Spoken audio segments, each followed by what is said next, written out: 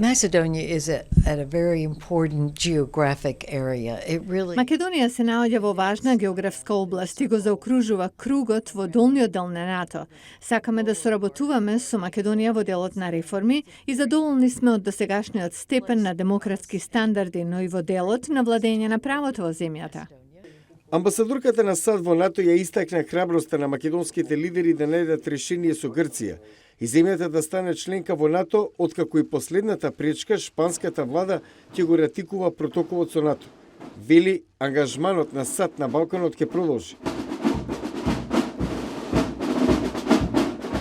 Especially with Russian malign influence, Особено поради руското непријателско влијание кога требаше да се гласа за членство на Македонија во НАТО, но македонскиот народ беше храбар и избра иднина во алијансата. Ние се справуваме со кибернетски напади од Русија, но Северна Македонија наскоро ќе биде 30-та членка на НАТО, а САД се едни од најголемите поддржувачи на земјата. Според амбасадорката, европските партнери се повеќе се наметнуваат во НАТО и го зголемуваат придонесот во заедничкиот одбранен буџет покрај заложбите од председателот Трамп.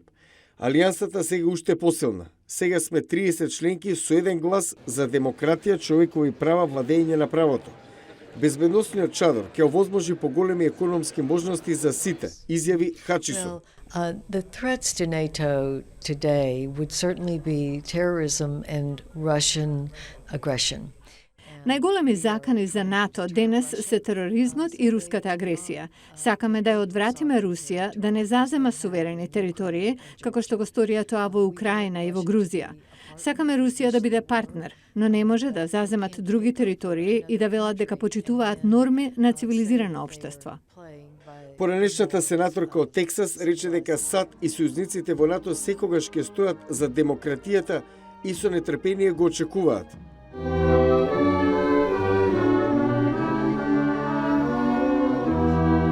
Влезот на 30-та членка, Северна Македонија.